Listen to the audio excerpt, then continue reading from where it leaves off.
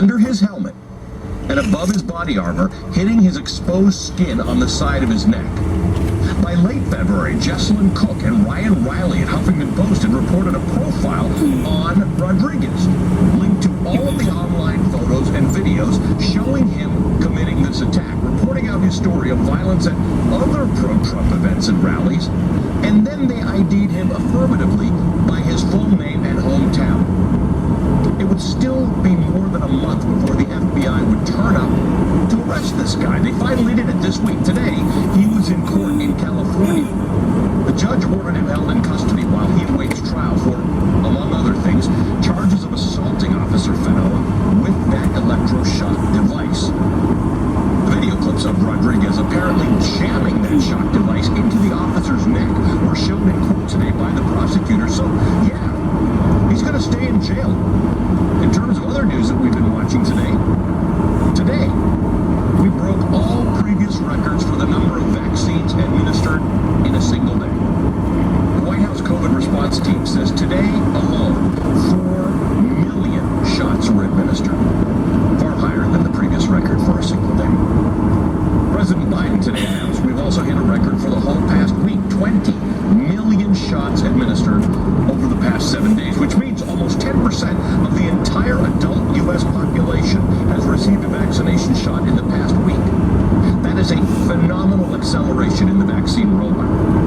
After the bad news earlier this week about Johnson & Johnson screwing up a batch of vaccine at a new manufacturing plant they were trying to bring online in Maryland, the White House said that nevertheless, Johnson & Johnson hit its goal for the number of doses that they would have shipped by the end of March. They say that one company alone is on track to hit its target of 100 million doses shipped by the end of May.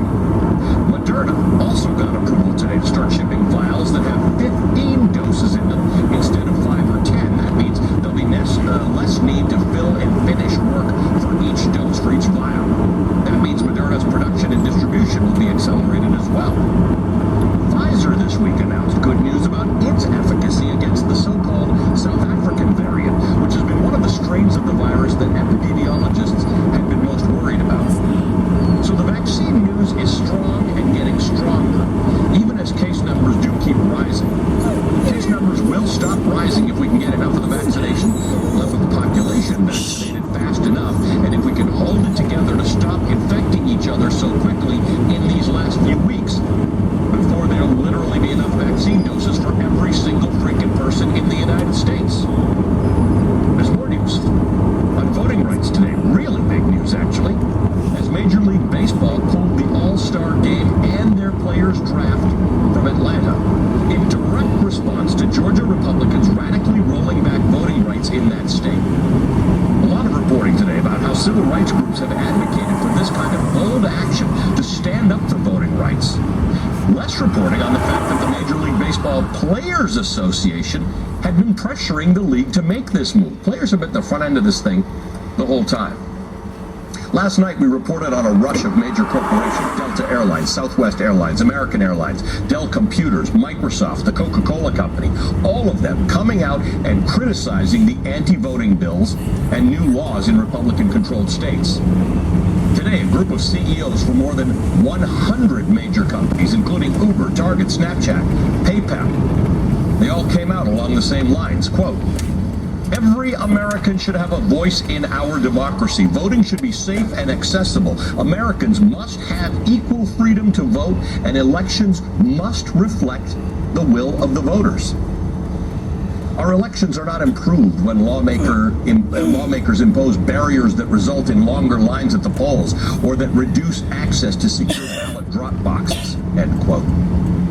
I'm not sure that Republicans in state legislatures are used to being crosswise with all the big business interests in their state. So I'm not sure what this is going to do to Republican voting rights rollbacks in all of these red states. But all this new outspokenness by the business world is certainly strapping booster rockets to the prospects for Senate Bill 1, SB 1. It's a federal bill that's in the Senate right now to protect voting rights nationwide. If big businesses in numbers like this with a willingness to shove a little on this issue. If they take on the For the People Act, SB 1, and they commit that it must pass the Senate and it must become law, it's a whole new ballgame. It might be the whole new all-star game. I mentioned earlier, we're going to be speaking with Katie Benner from the New York Times. This is a story that at the beginning of the week I could not have conjured from the ether, even if I were trying to imagine the grossest possible Congress story of 2021. It has now, however, been 3 days of rapid and increasingly blech developments in that bombshell story that Katie Benner and her colleagues at the New York Times first broke on Tuesday night. The most flamboyant and bombastic pro-Trump Republican congressman in Washington, Florida Congressman Matt Gaetz, reportedly under federal criminal investigation for alleged child sex trafficking. As we reported last night, the local Republican elected official whose case apparently led investigators to Congressman Gaetz, Seminole County tax collector Joel Greenberg, he was hit just yesterday with a superseding federal indictment, bringing the number of federal felony charges he's now facing to 33. The most serious of those, of course, is the allegation that he was involved in sex trafficking of an underage girl. The latest reporting on the Gaetz story is that NBC News was first to report it is the sex trafficking investigation into Joel Greenberg that led investigators to Congressman Gaetz. The Times further reports that the underage girl who is the basis for the child sex trafficking indictment against Greenberg is the same girl for whom Congressman Gaetz is now potentially facing similar charges. There remains one part of this, though, that appears to be still developing, and that appears to be part of how federal investigators got involved here in the first place. And that's only now coming into focus when it comes to Congressman